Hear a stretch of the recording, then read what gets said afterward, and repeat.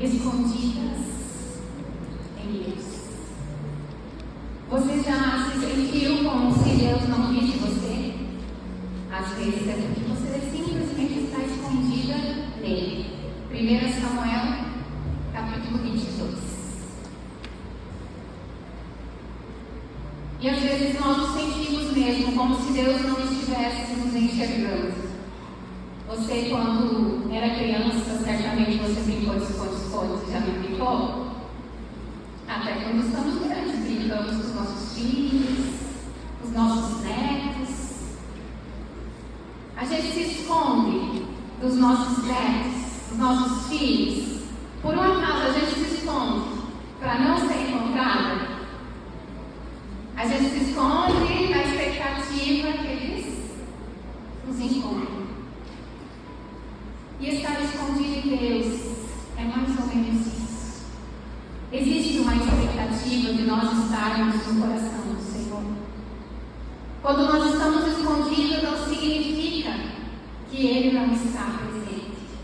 Quando nós estamos num lugar que parece que nós não estamos vendo as coisas acontecerem, ou talvez você esteja escondida porque você está com medo de Deus.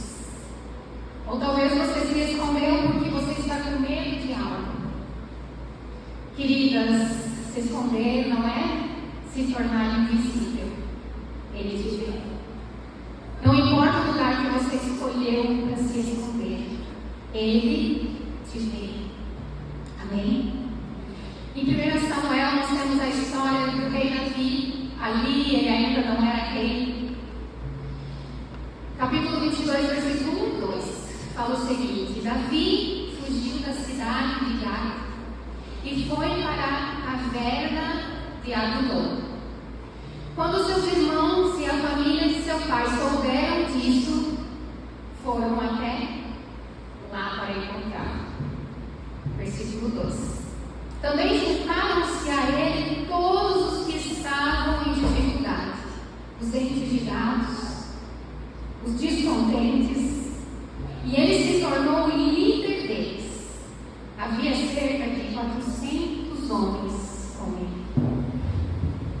Nesse episódio havia Davi fugindo do rei Saul, porque Saul queria matar Davi, porque ele soube que ele perderia o reinado, porque ele ouviu, ele sabia que a promessa estava sobre o rei Davi, sobre o Davizinho, né? O pequeno Davi. Ele tinha uma promessa de ser rei. Sabe quantos anos ele ficou fugindo de Saul? 10 anos. E é interessante que ele recebeu a promessa de que seria rei. E ele teve a oportunidade de alcançar essa promessa, mas não no tempo de Deus. E Davi sabia que ele precisava se refugiar. Obviamente, na cabecinha de Davi, ele estava fugindo porque ele estava com medo de ser morto. E talvez seja essa a sua situação hoje. Você está com medo de algo, e você foge, e você entra na sua caverna. E talvez não seja como a caverna de Adulão, né? Uma pedra, você entra lá dentro. Mas talvez você está entrando dentro da caverna do seu coração, e lá você acredita que você vai ficar escondido. Queridas, quando Davi foi para a caverna, Deus tinha um propósito naquele lugar. Deus tinha um propósito na vida de Davi, mesmo na caverna. E eu quero que você, a partir de hoje, entenda que mesmo que você se sinta na caverna da sua vida, existe propósito de estar escondido. Ele ia ser rei. Ele era um menino que cuidava das ovelhas. E ele seria rei de Israel. Dá para ser pastorzinho de ovelha num dia e no outro dia ser rei de Israel? Difícil, dá, mas é difícil. Não é muito melhor nós termos uma preparação? Talvez você tenha uma promessa que você ainda não viu se cumprir na sua vida.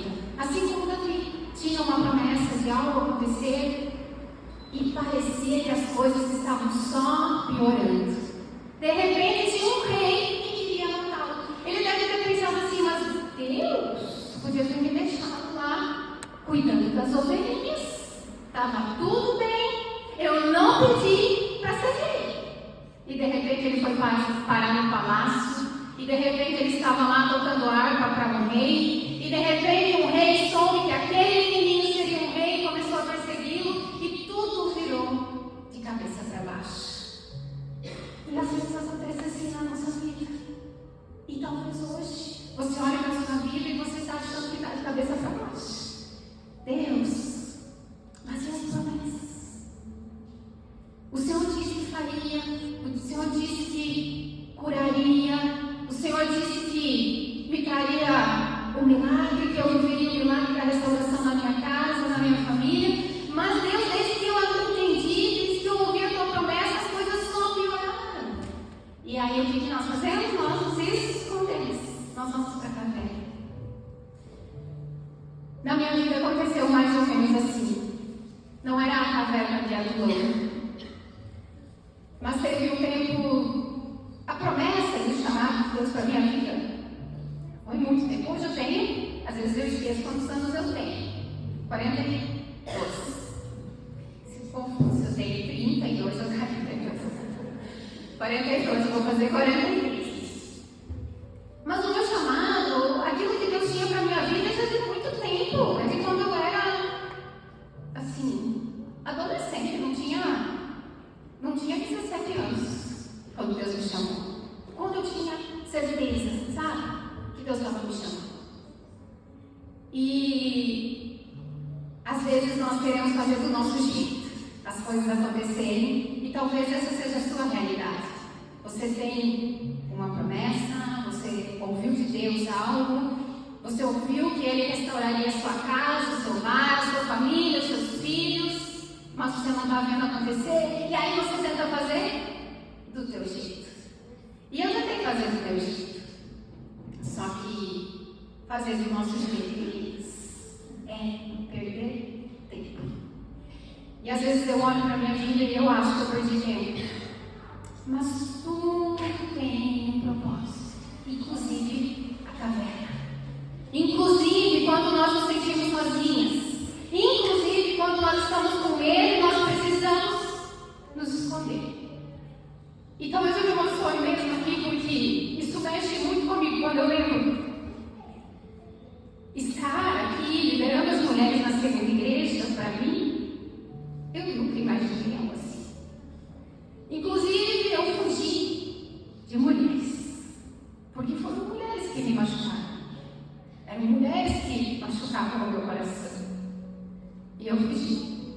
Inclusive, do meu jeito, terminei meu casamento, achei que eu tinha ido embora, e eu sempre falava para o Daniel, eu não volto mais para Panambi. E aí eu fui para Cruzal, meus pais moravam lá, minha mãe continuou morando lá, eu já perdi meu pai. Tinha empresa da família lá, estava tudo lá, eu vou fazer tudo do jeito agora. E eu fui me esconder. E antes disso, eu lembro que eu estava sentada em casa e o Lucas chegou para mim. Então, eu fazendo do meu jeito, tinha decidido que eu não queria mais o meu casamento. E aí eu estava sentada lá e o Lucas me perguntou o seguinte: mãe, o que tu vai fazer agora? O que tu vai trabalhar? Porque, para quem não sabe, eu sou formada, tenho OAB, poderia advogar, tenho tudo para advogar, mas a cidade me machucava. E ele me perguntou, então, o que tu vai fazer? Onde que tu vai trabalhar? Eu disse, não sei. E nesse dia, eu sentada na mesa da minha cozinha, eu sempre trago isso, eu pergunto algo quando eu tenho a oportunidade de falar com as mulheres. Não sei se você já viu o look da mesa. Alguém já viu o look da mesa? Naquela mesa. Naquela mesa. Eu estava sentada e eu disse que eu não sabia. E Deus estava começando a trabalhar no meu coração de uma forma muito intensa. E eu lembro que naquela mesa falei assim: Deus, como faço para voltar a ter intimidade contigo?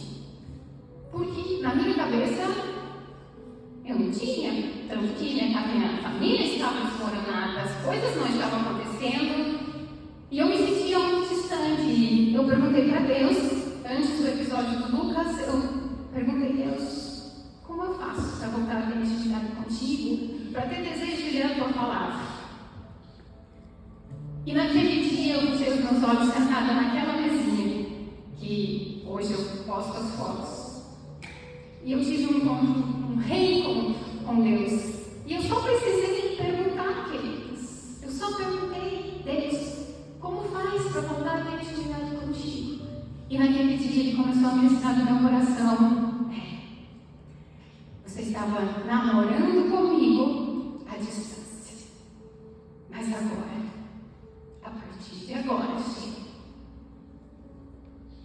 Sabe quando a gente tem namoro à distância? E aí chega o dia de se conhecer pessoalmente, não, faz o noivado, o casamento. Naquele dia eu senti Deus entrar no meu coração de uma forma tão tremenda. E ali eu soube que o casamento tinha acontecido.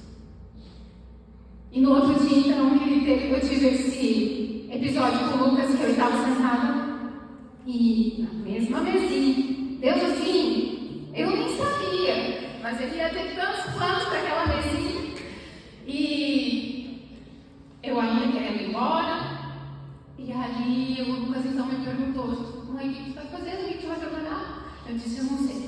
E aí, queridas, eu peguei o Spotify e abri uma playlist aleatória e começou a tocar uma música que eu não ouvia há muitos anos. Ela começou a tocar aleatoriamente, eu não escolhi a música. Eu não canto, né? Então vai ser difícil. A música diz assim, talvez você conheça, porque ela é antiga. Eu vou tentar. Só vocês não julguem o tom. É meu, somente meu, todo trabalho. E o teu trabalho é descansar em mim. Você consegue imaginar? O meu filho me perguntou: o que você vai trabalhar? Eu disse que eu não sei. E eu fui ligar a playlist, eu preciso escutar louvor. E começou a tocar essa.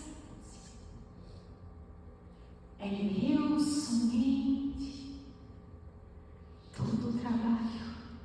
Deus começou a me responder. E o teu trabalho, Sheila, é descansar em mim. Querida, deixa ele trabalhar. Porque quando a gente faz as coisas do nosso jeito, dá tudo errado. Deixa ele trabalhar. Aprenda, sabe, a descansar em Deus. E eu, naquele momento, então, eu disse: é isso. E daí eu fui para a prisão, comecei a trabalhar lá na empresa, na família. E eu disse: Deus, eu estou sentindo uma paz assim que eu nunca senti na minha vida. Mas eu olhava ao meu redor, meu casamento ainda estava acabado. A minha família ainda não tinha sido restaurada e, pasmem, eu não queria. Entende isso? Porque eu ainda estava fazendo do meu jeito. Porque eu achava que tinha que ser como eu imaginava. E aí o tempo foi passando, Deus foi trabalhando. E aquele dia, então, eu fui para a caverna. E na caverna, queridos, sabe o que começa a acontecer? Como aconteceu com Davi. Pessoas que estavam pior do que ele, dificuldade,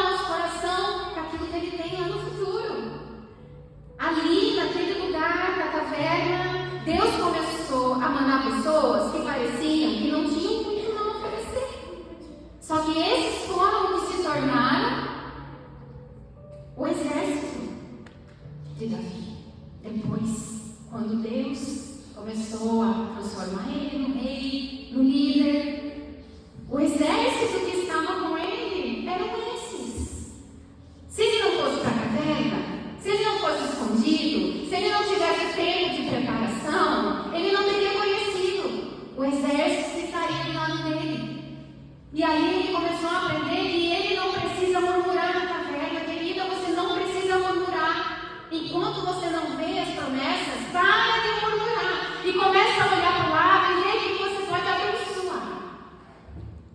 E aí Deus começa a trabalhar na nossa vida.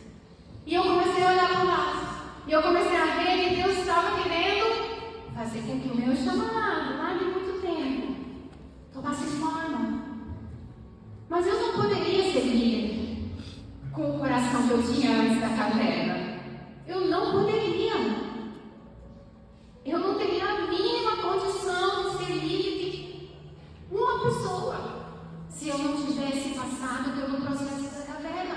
Porque eu tinha que parar de murmurar. Porque eu achava que estava todo mundo contra mim. Eu achava que todo mundo era o problema. Eu achava que meu marido era o problema. Eu achava que tudo era o problema, menos o alecrim dourado.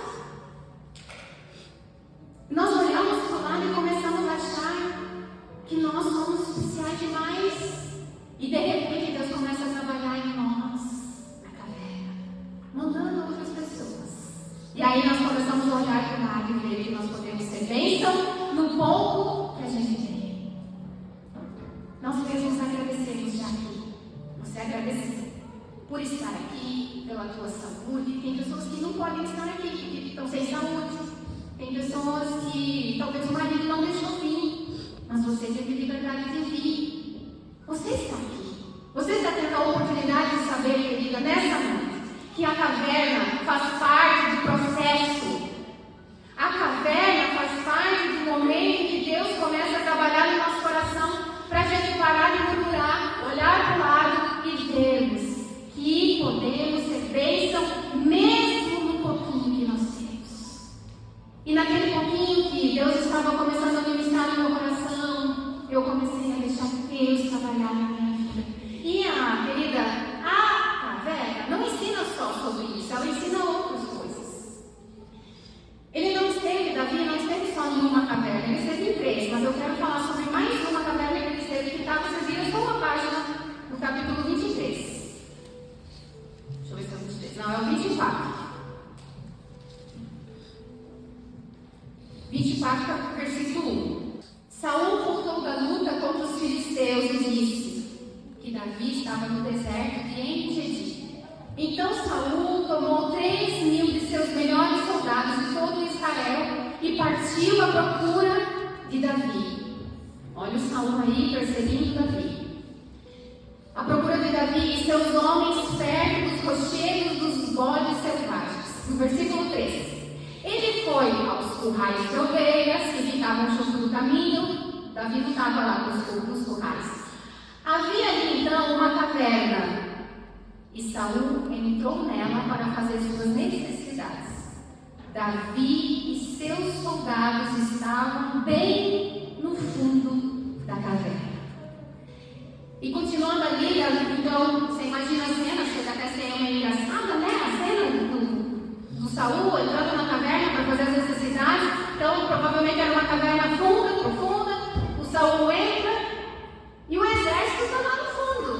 E ele estava ali na sua maior vulnerabilidade, sentado, sei lá, sentado, não sei, talvez de pé mesmo, né? Não sei, mas ele estava fazendo as suas necessidades e de repente o Davizinho lá, com um exército atrás ali, junto com seus homens, olha um homem que quer me matar, de costas para mim, numa vulnerabilidade que só, pronto ali, né? Para ele matar Davi, matar Saul. Era ou não era uma oportunidade dele se livrar de Saul? E teve um amigo ainda que disse para Davi: ei, aproveita, olha só, Deus está te entregando o inimigo aqui nas suas mãos, aproveita e mate Saul. Querida, cuida quem você ouve, mesmo que ela use o nome de Deus, cuida, porque nem sempre falar em nome de Deus vem de Deus. E aquele amigo então disse para o Davi: mata ali, aproveita e mata o rei. E Davi ainda, né, na sua ingenuidade, ele levanta, chega perto e ele corta um pedaço da manta, do manto, da roupa de Saul. Tá? Ele só faz isso. E isso só já traz um arrependimento nele, porque ele mexeu no rei. Ele tem que honrar o rei, mas ali ele cortou a roupa do rei e ele se sentiu mal. E depois eles têm um encontro e Davi fala para Saul: ei, sabe quando tu entrou lá na caverna? Tá aqui, ó, o pedaço da roupa que eu tirei. Ele mostrou. Eu podia ter te matado. Sabe o que a caverna está ensinando para mim e para você, queridos? Que a hora da vitória não sou eu e nem você que decide. A caverna nos ensina a abrir mão de achar que nós temos o poder de nos vingar, que nós temos o poder de decidir a vitória, que nós temos o poder de dizer o dia do nosso milagre. Nós não temos. Davi sabia que ele seria rei. Ele tinha uma promessa. Eu e você sabemos que Deus está cuidando de nós, mas o tempo das coisas acontecerem é Ele que decide, não é você e não sou eu. E a caverna nos ensina a parar de murmurar, e a caverna nos ensina que o dia do nosso milagre, o dia em que a promessa vai acontecer na nossa vida, é Ele que decide. Enquanto isso, se prepara como teu exército. Querida, prepara aqueles que estão contigo. Às vezes nós queremos ver as coisas acontecerem lá fora, mas as coisas não estão acontecendo nem dentro do nosso lar. E de repente Deus começou a falar para mim: Sheila, antes da promessa acontecer, antes de eu ser líder de uma mulher que fosse, a minha casa precisava estar em ordem. E pela graça de Deus, Deus começou a restaurar o meu coração. Deus começou a dizer para mim: Sheila, você que é o problema, não Daniel. Deus começou a dizer para mim: Sheila, olha para as virtudes do teu marido, para de olhar para os defeitos. Querida, para de olhar para os defeitos do seu marido. Quem aqui é perfeita? Se eu não sou, se você não é, por que nós exigimos que o nosso marido seja? Para de olhar para os defeitos da sua família, do seu filho, da sua filha. Para de olhar para os defeitos dentro da sua casa e olha, sabe aonde? No seu espelho. E ali você começa a deixar Deus trabalhar no seu coração. E Deus começou então a trabalhar no meu coração. E um dia, eu lembro, eu disse que eu não queria mais a minha família de volta. Eu não queria mais o meu casamento. E um dia eu estava numa viagem com meu irmão, e nós estávamos num prédio, nós tínhamos ido para a praia, e nós ficamos no prédio dos tios nossos, que tinha um elevador. Eu entrei dentro daquele elevador, sempre tem um espelho, né? A gente gosta de espelho. A gente ama. E aí parou num andar e entrou uma família, um casal e um filho grandinho. E aquela família ali, todos felizes, os três felizes ali, saíram com umas coisas de praia, indo pra praia. E eu me perdi ali na hora, porque eu não sabia o andar que eu tinha que descer, porque naquela hora, sabe, queridos, que tem um versículo que diz que é Ele que efetua em você o querer e o realizar. Às vezes a gente não quer, mas aí Ele coloca o querer. E naquela hora no elevador, a família saiu, eu olhei para mim no espelho e disse: Deus, eu quero a minha família. Ali naquela hora Ele colocou o querer. E talvez você queira a sua família e você pense assim: mas é Ele que não quer. Ore, coloca os seus joelhos no chão, porque é Deus que vai colocar o querer também na vida do teu marido, não é você. E eu tenho certeza que Deus ouvia as orações do Daniel, porque ele queria, ele sempre quis a restauração. Eu não queria. Então eu estou aqui para falar para você que eu não fui a mulher que orou pela restauração do meu casamento. Eu fui a mulher que recebeu a oração.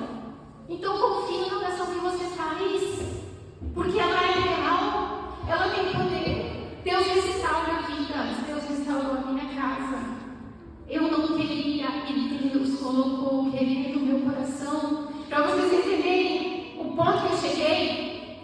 vezes a mãe, não sei se ela lembra disso, mas ela chegou para mim e disse: Sheilinha, eu estou orando para vocês voltarem. Eu disse para ela: mãe, para de orar. Vocês conseguem imaginar isso? Mas eu não sabia o que Deus estava fazendo. Não desista. Para dizer para você que a oração tem poder. Eu não queria que Deus efetuou o querer. E de repente aquele querer entrou no meu coração. E aí Deus começou a trabalhar. Eu dizia: Deus, mas eu sei que o Senhor também tem que fazer algumas coisas lá em casa. Porque ele tinha ficado aqui e tem coisas que o Senhor também precisa mostrar tudo aqui. Só que eu parei de falar. Parei de falar para ele. Eu só falava com aquele que pode transformar vidas. E Deus começou a trabalhar no coração do Daniel, começou a trabalhar no meu coração. E 3 anos então. Não foi 2 dias, 3 semanas, 3 meses. Foram 3 anos de separação. Deus restaurou. E algumas das vezes até falam para mim que lembram da foto que eu postei, que era eu e ele de mão dadas no carro, que o Lucas tirou a nossa foto. Quando eu postei e contei, né, do nosso retorno. Janeiro de 2022. E nós tínhamos nos separado em 2018. Mas alguém não desistiu. E Deus me levou para a caverna. Eu olhava e achava que nada estava acontecendo. Porque, queridos, dentro da caverna, beleza, não tem beleza. Mas Deus está lá. E Ele está trabalhando no teu coração. Ai, você pode pensar e dizer para mim: Senhor, mas é o fulano que tinha que estar ouvindo isso. Não, é você. Porque é no teu coração que vai começar o milagre.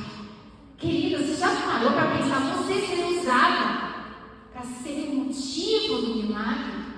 Na tua casa, na tua família, na tua saúde? Você ser o motivo. Você ser usada. Você ter o teu coração totalmente transformado. E eu falo por Dani às vezes, porque eu digo assim, a mesma por fora. Às vezes até por fora muda um pouquinho, né? Muda. Que Deus nos ajuda até por fora.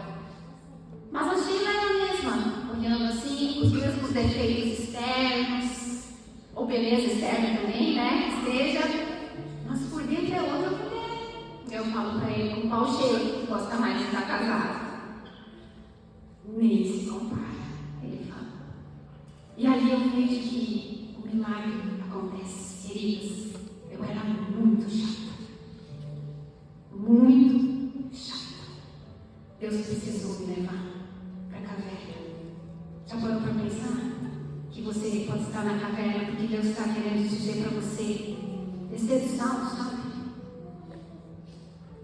Para de ser chata dentro da sua casa. Ai, por que você não fez? Por que deixou a palha aqui? Ai, por que deixou o quê? Ai, por que você não... Para. Eu sempre falo que nós mulheres somos o termostato dentro do nosso lar. Nós não somos o termômetro, nós somos o termostato. O que isso significa? A temperatura da sua casa, dos humores da sua casa, é você que determina. Se você acorda de manhã chata, todo mundo fica chato dentro da casa, não é verdade? Agora, se você acorda com paciência, arrumando um café ou preparando alguma coisa, todo mundo mantém aqueles ânimos. Aproveita desse poder que você tem como mulher e sintoniza o teu termostato na presença daquele que tem todo o poder. Peça para ele aquilo que está faltando para que a tua casa seja mais harmoniosa. Deus, não dá a tua paciência. Peça para ele. Deus, não adianta, eu sou muito chata. Peça para ele para você parar de ser chata. Peça para ele paciência. Peça para ele amor pela sua família, pela sua casa, pelo seu lar. E ali Deus começou a transformar e restaurar a minha casa. Eu não tinha, assim, prazer nenhum de cuidar da minha casa. Vocês nunca iam ver o look da mesa. Nunca. Deus precisou me levar assim para a caverna.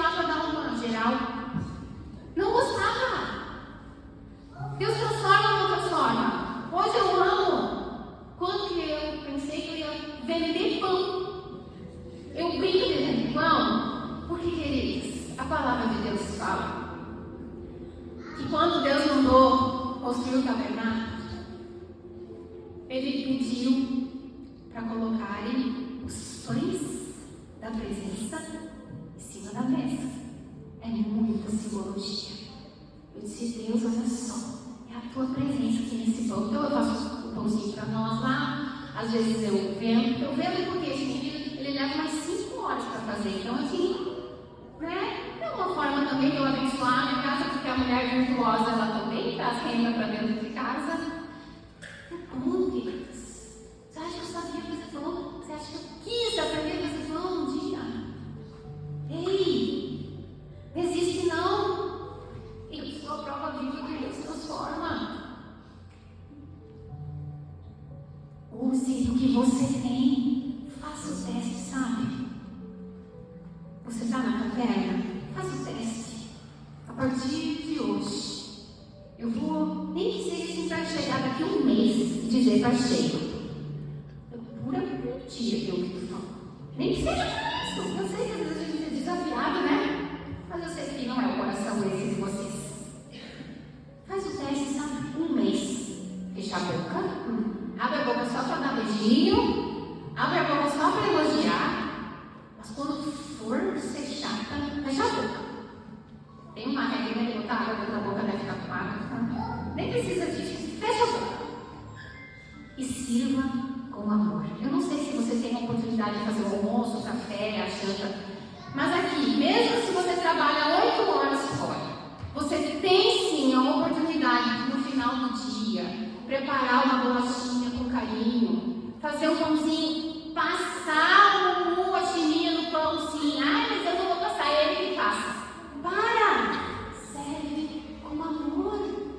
Bota no pratinho. Eu pego às vezes as florzinhas que nascem na grama. Isso. Boto lá, fica bonitinho. Faz o teste. Sirva com amor, queridas. A palavra de Deus diz que é o amor que constrange. É o amor que transforma. E hoje eu vivo isso porque o Daniel não resistiu de mim e ele me amou. O amor dele me constrangeu. E hoje eu retribuo ele com amor. Porque eu fui constrangida primeiro. Eu sou a prova viva disso, que o amor constrange. Sabe, eu sempre uso essa analogia. Quem é mais próximo a mim já ouviu. Quem é que tem animalzinho de estimação adotado? A gente adota os bichinhos. No primeiro dia, quando a gente vê ele lá abandonado, você sente assim, ai, como é mais fofinho. Não, você acolhe, né? Porque assim, querendo ou não, nós temos um bom coração, vamos dar uma aguinha, uma comidinha. Não é verdade? Nós olhamos para o animalzinho e sentimos pena, não é mesmo? Eu tenho essa experiência também, né? Um dia a minha cadelinha foi abandonada lá na empresa, lá em Cruz Alta. E são vários cachorros que ficam lá pela rua, mas essa em especial, ela entrava no pátio. Ela entrava e ficava lá no cantinho. Aí eu pensava, mas tem que dar uma água para essa cachorrinha. Dei água. Ela nem chegava perto da gente, ela morria de medo. No outro dia, dei água de novo. Aí eu falei para a funcionária, mas eu achei que dar uma comida para essa cachorrinha, coitadinha. Ela deve ter sem comida, para ver que ela não era assim que sabia. Acho que ela foi abandonada mesmo, não era aqueles cachorros que sabem sobreviver na rua. Ah, vou dar? Peguei uma bolachas dele, ela que tinha, dei as bolachinhas. E um dia, após ir dando água e comida, o que começou a acontecer? Eu comecei a pegar. E hoje ela tem nome, né? Naquela época não tinha, mas a rua começou assim a cuidar de mim. Porque os cachorros lá da rua que ficam lá não se apegaram em mim. Por quê? Fale, meninas, tá óbvio. Por que os cachorros lá da rua não se apegaram e a lua se apegou? Porque foi aquela ali que eu servi. Se com animal se constrange, querida. Você acha que a sua casa não vai ser constrangida pelo amor que você vai servir? Sirva com amor. Hoje a minha cadelinha assim, ela é apaixonada em mim. E eu sou apaixonada nela. Por quê? Porque um dia eu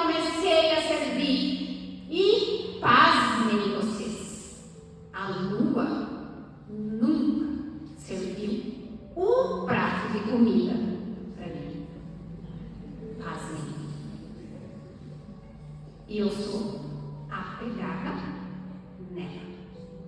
Amar não é esperar em troca. A gente fala que amar é via de mão dupla. Não é. Amar é se entregar. É você fazer. Você faz hoje, você faz amanhã. Ah, mas ele não está fazendo para mim. Amar é uma via de mão única. Você recebe de Deus e você entrega para o outro. Você recebe de Deus e você entrega para o outro. Até que um dia a pessoa é constrangida e começa a te entregar também. Mas não é uma via de mão dupla, é porque ela recebe de Deus e ela entrega para você. Mas alguém tem que começar essa equação. E eu desejo que seja você. Eu desejo que você entre na sua casa e comece a servir com amor, mesmo na caverna. Porque a caverna nos ensina a parar de murmurar, como ensinou Davi. E levou outras pessoas lá para ele ensinar que tem que parar de murmurar. A caverna nos ensina a abrir mão das vinganças, de dizer o dia que vai chegar o meu milagre. Comece a servir. Davi demonstrou amor por Saul. Ele amava Saul. Ele dizia, no final da vida, ele ainda disse, mesmo Saul tendo perseguido ele, ainda disse que amava o rei. E se entristeceu e se constrangeu quando Saul morreu, ele sofreu. Porque ele amava. Porque é isso que acontece, queridas. Quando nós deixamos Deus transformar o nosso coração, nós entregamos amor. Sirva com amor dentro da sua casa. Deixa Deus te transformar. Deixa Deus transformar a sua casa, mesmo que você se encontre escondida. Porque talvez você chegou aqui achando que Deus não te encontra. Mas você está aqui e Deus te encontrou. Ele te encontrou dentro da caverna. Ele acessa o seu coração. O mais profundo do seu coração. Ele acessa. E ele te vê. E ele sabe o que você precisa. E sabe o que você precisa? Amar. Ame sem esperar em troca. E veja o poder de Deus restaurando tudo ao teu redor. É tudo, queridos. Tudo. Eu digo que eu estou casada, não preciso nem ser casada com o mesmo homem, porque até Daniel foi transformado, restaurado. Mas eu estou lá na mesma casa, mas o lar é outro. A família é outra. E as coisas quando estão acontecendo, a gente não entende. A gente só precisa entender que é dele, somente dele, todo o trabalho. E o teu trabalho é descansar. Vamos ficar de pé.